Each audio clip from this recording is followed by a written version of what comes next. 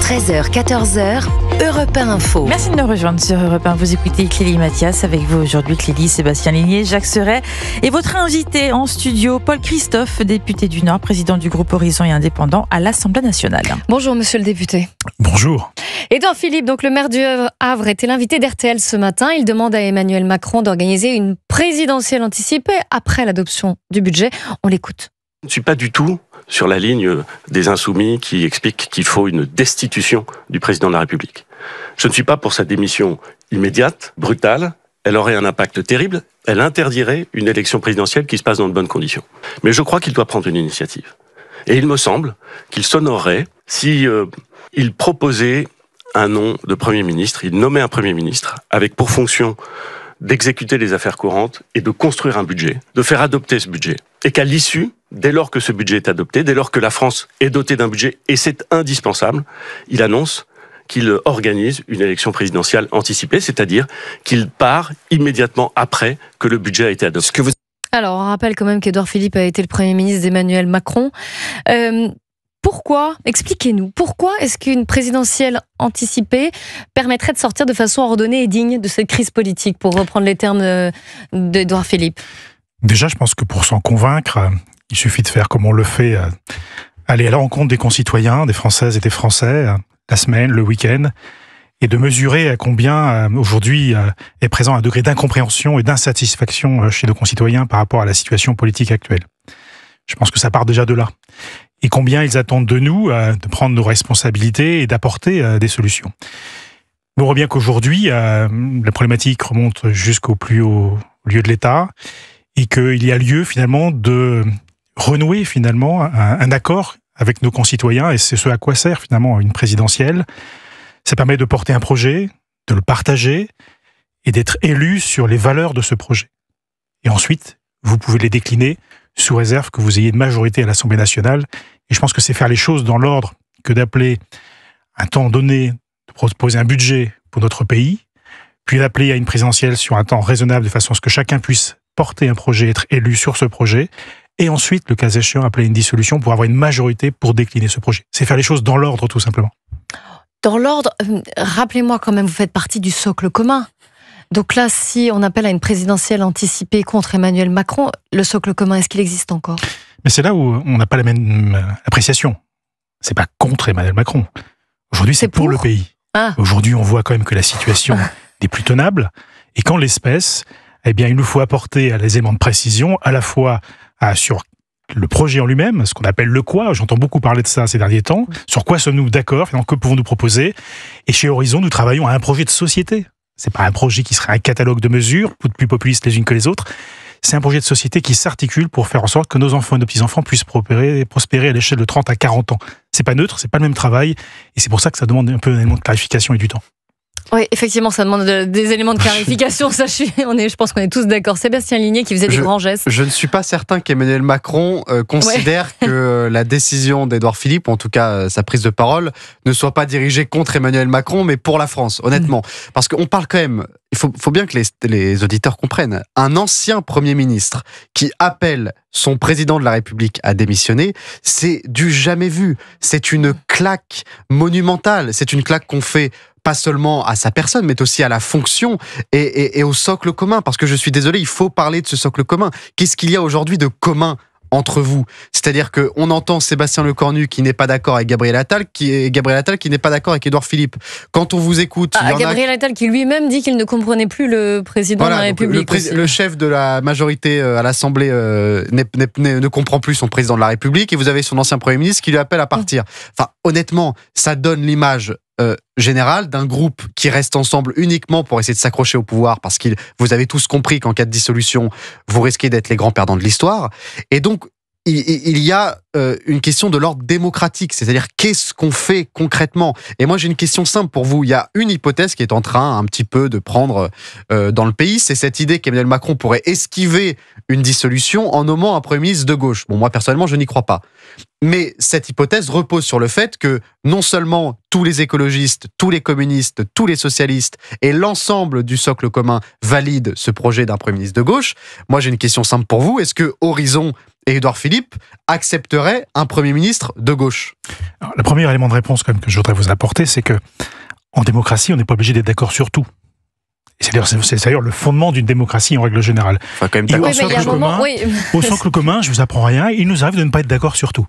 Ça, on l'a remarqué. Par contre, et vous l'avez certainement observé vous aussi, parce que vous êtes de fins observateurs de la question politique, chez Horizon, on n'a jamais posé de ligne rouge. Alors, on a cette capacité et cette volonté à travailler dans l'intérêt général plutôt que dans l'intérêt partisan, dans l'intérêt politique. Et je pense que ça, c'est une marque de fabrique qu'on ne peut pas nous enlever. Sur l'autre question, je vous rappelle récemment quel est le poids de chacun. Je veux dire, la gauche pèse 20% de notre hémicycle, et si j'y intègre le Sénat, on est bien loin de cette idée. Ce qui est important au moment où on se parle, c'est sur quoi pouvons-nous être d'accord avant de penser à qui va incarner. Si on continue à jouer le rôle de l'incarnation, moi je vous le dis tout de suite, la femme ou l'homme providentiel n'existe pas au moment où on se parle. Et ce qui est important pour nous, c'est sur quoi pouvons-nous être d'accord d'ici le vote du budget pour faire en sorte que l'on enjambe la séquence de la fin de l'année. Mais Sébastien Lecornu a commencé sa courte mission, on va dire, comme ça, en disant, il y a celle d'il y a 27 jours, en disant je vais faire le quoi avant le qui, parce que Michel Barnier et François Bayrou ont fait le qui avant le quoi. Donc, visiblement, ça n'a pas marché non plus. Non, visiblement, il n'y est pas arrivé. Ouais. D'accord, voilà, c'est différent. J'observe qu'il a un peu plus de temps. Moi, je reste optimiste. Donc, je pense que voilà, si chacun prend bien la mesure de la situation, et je pense que tous les commentaires que j'entends aujourd'hui m'inclinent à penser que beaucoup ont pris la mesure de la situation et qu'on va aller vers quelque chose de positif. Maintenant, je l'espère, au moment où je vous parle. Et il est légitime aussi de se projeter en disant, et si on n'y arrive pas, qu'est-ce que l'on fait ? C'est ce dont a voulu témoigner Édouard Philippe ce matin. Et justement, il y a eu ce matin un petit déjeuner du socle commun, donc. Qu'est-ce qui s'est dit ? Alors, c'était un rendez-vous qui a concerné les chefs de parti, à laquelle moi je n'étais pas associé. Et vous n'avez pas, ça n'a pas fuité ? Vous savez pas à peu près ce qui s'est dit ? Quelques informations ? Tout le monde est au travail, et ça me rassure, justement en vue d'accoucher quelque chose de positif d'ici mercredi soir. Je m'accroche à ça en tout cas, parce que c'est à la France que je pense. D'accord, on vous a pas dit ce qui avait été dit, donc vous ne le direz pas en tout cas. Non. Jacques Serret. Justement, permettez-moi, je m'interroge un peu sur la cohérence de tout ça, parce que Édouard Philippe, que l'on vient d'entendre, s'est rendu, après cette interview, justement, à Matignon, pour discuter avec Sébastien Lecornu de la suite, essayer de trouver des points d'accord. Mais comment peut-on, d'un côté, souhaiter appeler à la démission du chef de l'État, et dans le même temps, continuer de travailler à un socle, ou du moins une possibilité de poursuivre ? S'il y avait une véritable logique dans tout ça, est-ce que ce serait pas de dire, bon, on appelle à la démission et on refuse catégoriquement cette démarche en cours ? Pourquoi ça ne va pas dans ce sens-là ? Écoutez, parce que si on nous fait la démonstration qu'il y a une solution, qu'il y a une voie de passage, on sera proactif pour faire en sorte qu'elle prospère. Mais là, justement, Édouard Philippe, lorsqu'Édouard Philippe dit il n'y a pas de solution, il faut la démission, c'est que déjà, vous partez du constat qu'il n'y a pas de solution. Donc, pourquoi vous perdez votre temps, aller encore à Matignon ? Parce que nous sommes des gens de débat, de dialogue, même si on ne porte pas forcément la même solution, il est important qu'on apporte une forme de contradiction pour pouvoir faire aboutir quelque chose. On doit se garder comme une lueur d'espoir au moment où on se parle. Mais honnêtement, j'ai l'impression que vous-même, vous n'y croyez. J'ai quand même un peu l'impression que vous-même, vous n'y croyez pas vraiment.